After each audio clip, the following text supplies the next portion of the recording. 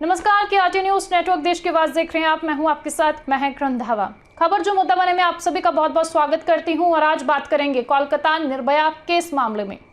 हमारे देश के जो विपक्षी नेता ऐसी घटनाओं के बाद बीजेपी शासित राज्यों में पीड़ित परिवारों से मिलने के लिए जाते हैं, फोटो खिंचवाते हैं, इंटरव्यूज देते हैं, वीडियोज बनवाते हैं। बीजेपी ही नहीं बल्कि कांग्रेस की अगर बात करें तो वो भी ऐसे ही करते हैं, चाहे वो कांग्रेस पार्टी के हैं, चाहे वो भाजपा पार्टी के हैं, चाहे वो अन्य पार्टी के हैं। सभी नेता जो लोग हैं वो ऐसे ही करते हैं। लगभग वो तमाम विपक्ष के नेता कोलकाता की इतनी भयानक और शर्मनाक घटना पर कुछ बोल क्यों नहीं रहे, ये सबसे बड़ा सवाल है। यहाँ हमने देखा कि कोई भी देश का बड़ा विपक्षी नेता कोलकाता नहीं पहुंचा। क्योंकि ममता बनर्जी इंडिया गठबंधन का हिस्सा है, इसलिए विपक्ष के नेता कोलकाता नहीं जा रहे। ये भी आज हमारे देश की और आप सबको देखना होगा कि हमारे देश के ये जो नेता हैं वो किसी आम परिवार की एक बेटी के साथ गैंगरेप हो जाए, उसकी हत्या हो जाए, उस पर भी हमारे जो देश के नेता हैं वो कितने बंट से जाते हैं। और सबसे पहले देखते हैं कि ये घटना किस राज्य में हुई है और उस राज्य में किस पार्टी की सरकार है। ये एक बहुत बड़ी टिप्पणी है और हमारे देश के लोगों को ज़रूर ये बात सोचनी चाहिए, सुननी चाहिए, देखनी चाहिए क्या हमारे देश के जो नेता हैं ऐसी घटनाओं पर भी कैसे राजनीति खेलते हैं। सोचिए, जब विपक्ष ये कहता है कि वो इस देश की आवाज़ है, तो क्या वो देश में उन राज्यों को नहीं गिनता जहां उनकी अपनी सहयोगी पार्टियों की सरकारें हैं। जब राहुल गांधी कहते हैं कि मैं विपक्ष का नेता हूं और मैं भारत में विपक्ष का नेता हूं, उनके समर्थक उन्हें प्रधानमंत्री आने वाले कहते हैं, तो क्या उनके शासन में पश्चिम बंगाल नहीं आता? तो क्या वो पश्चिम बंगाल में विपक्ष के नेता नहीं हुए? तो वो पूरे भारत में विपक्ष के नेता हैं। इसी प्रकार से ही दूसरे विपक्ष के नेता हैं। क्या वो पश्चिम बंगाल को अपने दायरे में नहीं गिनते हैं? इससे ये आपको लगता होगा कि क्या पश्चिम बंगाल में सब कुछ माफ है। हालांकि ममता बनर्जी का इस पर बयान जरूर आया। उन्होंने कहा कि आरोपी के लिए फांसी की वे मांग करती हैं। उन्होंने ये भी कहा कि इस मामले में जो कार्रवाई उनकी सरकार को करनी चाहिए थी, उन्होंने वो कार्रवाई की है। सुनिए जरा। अपनी एक दोषी लोग के फांसी दिन हमारे कोनो आपत्ति नहीं, किंतु निर्दोषीদের যেন শাস্তি দেওয়া না হয় এটা মাথায় রাখবেন। একটা হাজারটা দোষী লোককে আপনি ধরুন, ফাঁসির কাঠে চড়িয়ে দিন, আমাদের কেউ ইন্টারফেয়ার করবে না।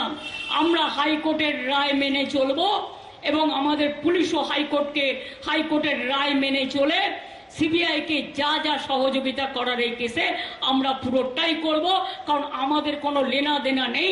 আমরা চাই এই পাশবিক হত্যার বিরুদ্ধে নিশ্চয়ই তারা দোষী ব্যক্তিকে ফাঁসি দিন।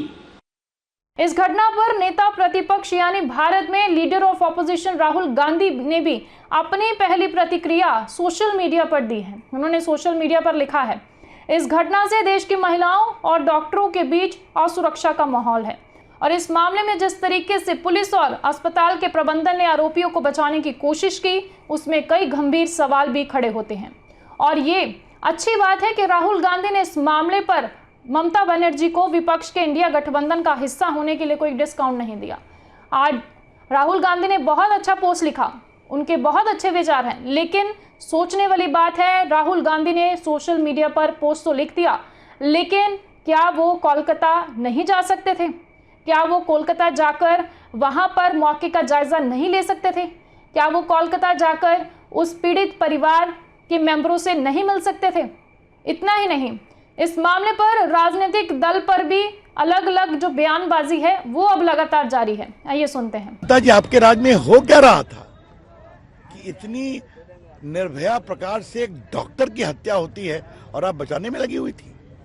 मैं तो विनम्रता से कृतज्ञ हूँ कलकत्ता हाईकोर्ट का कि उसने सख्त निर्णय दिया है।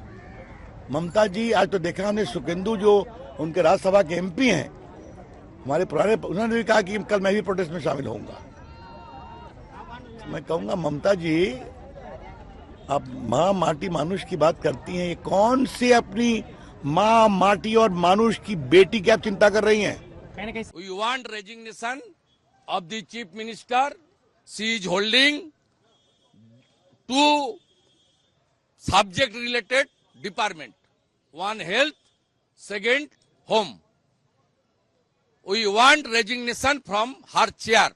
देखिए, बीजेपी का तो कोई नैतिक कर्तव्य मतलब हक ही नहीं बनता कि इस पे एक शब्द भी बोलें। जो कठुआ में बलात्कारियों के पक्ष में प्रदर्शन करते हुए पाए गए, जो उन्नाव में बलात्कारी के पक्ष में खड़े हुए दिखे, जो हाथरस में बलात्कारी के पक्ष में खड़े हुए दिखे, उनका क्या हक बनता है कि वो किसी भी ऐसे मुद्दे पर कोई शब्द बोलें? पहले आप अपनी कथनी तो देखिए, करनी तो देखिए, फिर कथनी पे बात करिए। हमें बंगाल की सरकार पे बिल्कुल भरोसा नहीं, क्योंकि यहाँ के पुलिस ने ये घटना को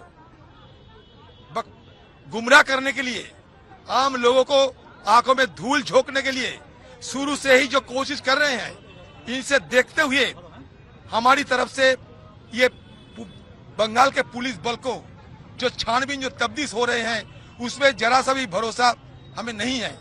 डॉक्टर ऑन ड्यूटी के साथ रेप, ये समाज के लिए भी बहुत गंभीर प्रश्न है। और मैं समझता हूं कोई भी सरकार हो, उसके लिए ये टॉलरेट ना करने वाली चीज होनी चाहिए। ममता जी ने खुद कहा था कि सीबीआई को सौंपेंगे। अब माननीय उच्च न्यायालय ने हस्तक्षेप करके ये किया। त्वरित कार्रवाई हो, त्वरित कार्रवाई। खबर जो मुद्दा बने में आज इतना ही, और आप हमें कमेंट सेक्शन में कमेंट करके जरूर बताएं कि आपको हमारा ये कार्यक्रम कैसा लगा।